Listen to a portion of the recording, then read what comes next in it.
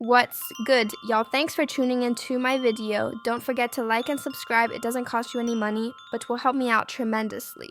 Thanks in advance. So we are back here for part 2 of KM Porter's book. If you haven't watched part 1, go back and watch, then come on back. So we are not going to waste any time. Grab your popcorn and wine, and let's get straight into it. All right. Chapter 5, Sean kneels. The year passed, and thankfully, we didn't have many bad arguments. Although Sean was strangely getting into voodoo, he would put curses on people. So, the year passed, and thankfully, we didn't have many bad arguments. Although Sean was strangely getting into voodoo, he would put curses on people, and I wasn't sure how to respond to that craziness. My problem as a single mother was I wanted to be married. He always had excuses and delays when it came to committing to marriage. His label was blowing up, Biggie dropped, and it was just about over. He also signed Mary J. Blige, and of course, when I found out he slept with her, we fought. He claimed it was a mistake, and my stupid ass took him back again. Sean asked me for a threesome with her. At first, I was mad, but Mary was beautiful. It was our first threesome, and I loved it. Mary was sexy. I wouldn't be doing this a lot, but it was so hot. I was young, and exploring my sexuality was enticing. Years, we brought other women into our bedroom periodically, and we were happy. That's until one day I came home to a situation that went from awkward to a nightmare. Quincy was with the babysitter, and Sean was sitting with Al B. Shore at the dinner table. I had a child with Al, and Sean was the father in Quincy's life. The awkwardness of all of us being together had dissolved a long time ago, but it was still, weird that we were here in my home together alone. I sat down, and we had drinks. It was fun, and the conversation was cool until it wasn't. Al was a little loose after a couple of drinks, and I remember him saying, "It's still weird seeing you with my friend, but you're happy, so I'm happy for you guys." Sean responded, "Thanks, man. Me and you, we've shared so much." Al replied coolly, "Word." The conversation took an odd and awkward turn when Sean said, "We all been together sexually, but not together." I was shocked for a moment as quietness lingered in the room, and I asked, "What do you mean by all together?" Al shifted uncomfortably, but Sean didn't hesitate. "You know how we sometimes invite other people into our bed?" I couldn't believe it. "Oh, hell no, Sean. This is my son's father. Al, say something." What Al said was mind-boggling. "I don't know. It could be kind of hot. I miss you in that way." Although I couldn't believe Sean would do this, the truth was I still cared about Al, and this could be very hot. I just didn't want to mess up my relationship. And if things became awkward, how would it affect Quincy? So I asked, "Are you both sure?" I imagined both of them inside of me. I knew this would be awkward sexually. There would be some bumping of genitals, but what happened next, I couldn't have imagined in my wildest dreams. They said Al blank, blank, blank, blank. These are the X's. They did not explicitly write out whatever took place. They wrote Al blank, blank, blank, blank. I couldn't believe it. I stood there in shock. But when Sean blank, blank, blank, blank, I ran out the room. This was too much. I couldn't. Sean called out to me, "Oh, come on, Kimmy." They didn't chase after me. They blank, blank, blank. I couldn't get the image out of my mind. I couldn't be with Sean for a while. But that wouldn't be the last time. That wouldn't be the last time I saw Sean in a compromising position, not by a long shot. One day I found the vault where he kept all of his encounters with men. Yes, he kept a record of it. Pac. Biggie took over East Coast hip-hop, and Sean was the brilliant mind that orchestrated it. He hired people to teach Chris how to flow and write his lyrics. He hired the best producers to do the beats, although he took credit for them, and the music was unstoppable. At this point, Sean was sleeping with all of the power players, and everyone that wanted to do music wanted to be a bad boy. Sean wheeled and dealed in a way that could have been unthinkable to many. He slept with the guys that really controlled the music to stay on top. A lot of the names average people have never heard of. These are the guys that make the decisions on who's winning and who's not. He hosted parties that were just a fancy name for orgies, and everyone wanted in. When I met Tupac, Sean and I had an open relationship. And yeah, I slept with Pac. Shit, he was sexy. Sean didn't mind. Well, not until he tried to get Pac to join both of us. Pac wasn't good with that. And this is where the relationship between them became strained. Tupac wasn't going to accept Sean's advances. Pac wasn't gay, and he was pissed about the advances. We were all in Sean's house. I was drinking, they were smoking, and everybody was just relaxing. Sean came in on what I'm sure he would call a smooth approach. My baby bad, ain't she? Pac threw me a sly smile. Hell yeah. I felt myself blush. Sean was now in full swing. You think you hit it better than me? I couldn't believe that he disrespected me that way. I wasn't playing with my responses. Sean, what the fuck? Pac came to my defense. Damn, bro, you ain't got to do the sister that way. Tupac appeared upset behind Sean's words, but Sean went in for the kill regardless. Bigger than yours. I bet I can make her come faster than you. What's up? Pac was appalled. What the fuck are you talking about, nigga? I ain't trying to run no fucking train. Sean said, what you scared of? Let's see who fuck better. Let her be the judge. Yeah, at this point, we had been inviting others into our bed for a while, but I'm not used to and will not stand for disrespect. And I wasn't the only one upset. Pac shouted, nigga, you talking about pulling your fucking dick out? Sean was undaunted. What, you scared? Tupac left. Contentious since then. The two couldn't even be in the same room. Pac avoided me as much as he did Sean. When they did bump into each other, the tension was palpable. It felt like blows could be thrown at any moment. Months passed with only the tension between them. It was uncomfortable, but nothing life or death. Then one day, while we were at the studio, it happened. I walked into Sean's office and he was having the conversation. Sean sat across from Jimmy Henchman. Pac don't leave that fucking studio alive. I don't think I was supposed to hear it. I continued as if I didn't. Hey, Sean. Good morning, Jimmy. They didn't seem to think I heard anything. I'm ordering breakfast. Smiling, Sean replied first.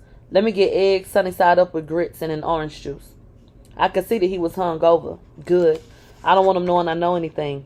If he just put a hit out on Pac, knowing something, could be dangerous. Jimmy, apparently not hungry, said nothing for me. As he stood to exit the room, he said to Sean, let's make that happen. And then he nodded to me and said, Kim, always a pleasure. With a wink to me and a nod to Sean, he turned and walked out. Jimmy was a part of our intimate circle. I went on as if nothing was happening. I'll make the call now. I smiled as I left, hoping I wasn't white as a sheet. I wasn't in the studio the night Pac survived being shot, thank God. From what I understand, Sean and Chris saw Pac at the studio after he'd been shot and did nothing. The way God works.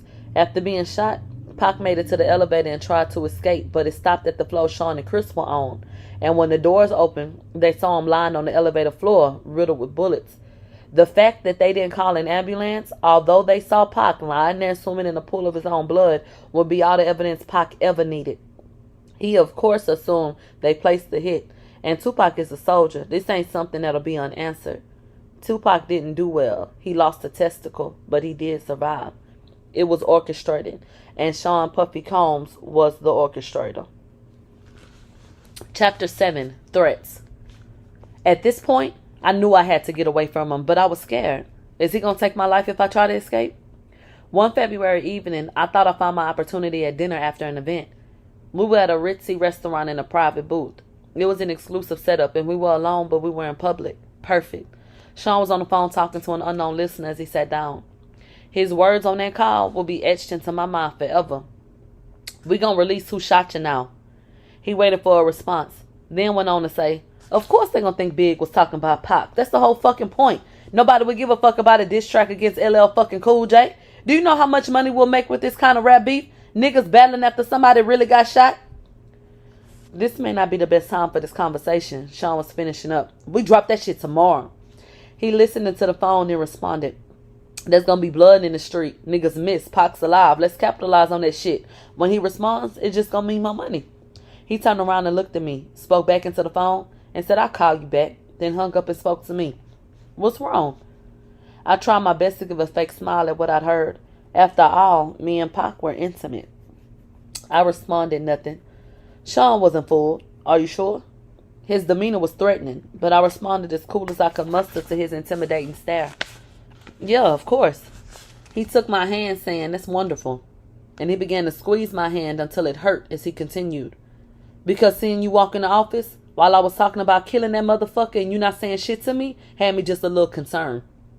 His grip was starting to hurt badly. "You're hurting me." As he continued, he squeezed tighter. "You're pretending you ain't hear nothing was a sign of your loyalty to me. Not something I should be concerned with, right?" I had no choice but to give him the answer he wanted. I knew I was trapped when I responded. "Of course I'm loyal to you." He let me go as he responded. "Good. And remember, I'm the big deal." I snatched my hand back in pain. He smiled and said, "Let's start off with a good wine." He snapped his fingers and his favorite wine was poured for him. They knew what Sean wanted, and what he wanted he got. I'm trapped. Now isn't the time for me to launch my escape plan. I have to be strategic. It's going to be hard to lead the glamour and the glitz and the lifestyle. I mean, this man just snapped his fingers in one of the most exclusive restaurants in New York City, and they poured his drink of choice. The bottle of wine is $800, and this is 1994. The list to get into this place is 6 months long if you somebody. Mayor Giuliani has a table here tonight also. If I got up and walked out, I would be safe. But what about tomorrow? I had to think. He sipped his wine and smiled. "You're not drinking." He pointed at my glass, and of course the waiter filled it. They knew what I liked as well. Sean has a bad temper. He yells sometimes. And okay, he's roughed me up once or twice, but he never punched me. He never bruised me, and he never hit Quincy. I would not have stood for that. He never laid a hand on my son. At that time, I never thought of him touching Quincy in any way. Then the significance of what he said hit me. Is he mad at Tupac over me? I'm the big dick. Oh my God. The last time he put his hands on me, it was because I enjoyed Jamie Foxx too much. Shit, he enjoyed Jamie too. He gets so insanely jealous. It's not fair. He wants to bring other men into the bedroom, but he gets jealous when he does. "Damn, you quiet tonight?" he said, snapping me back into the present. I asked the question that was burning in my mind since I walked into that office. "What does Chris think of this?" He looked at me coolly and said, "His fat ass better just keep doing music."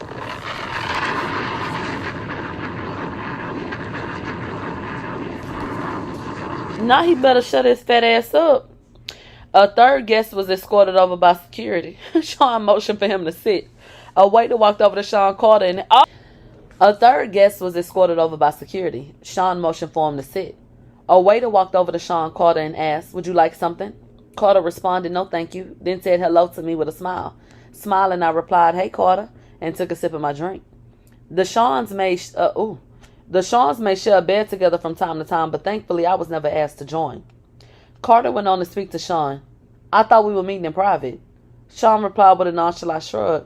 "I have to discuss something with her. It's fine. Go ahead." He wielded this kind of power. Carter shifted. He was uncomfortable in his chair, but he continued. "It's true. Chris and Pac were about to start their own label." Sean slammed his fist against the table, shouting, "Doesn't anyone have any fucking loyalty?"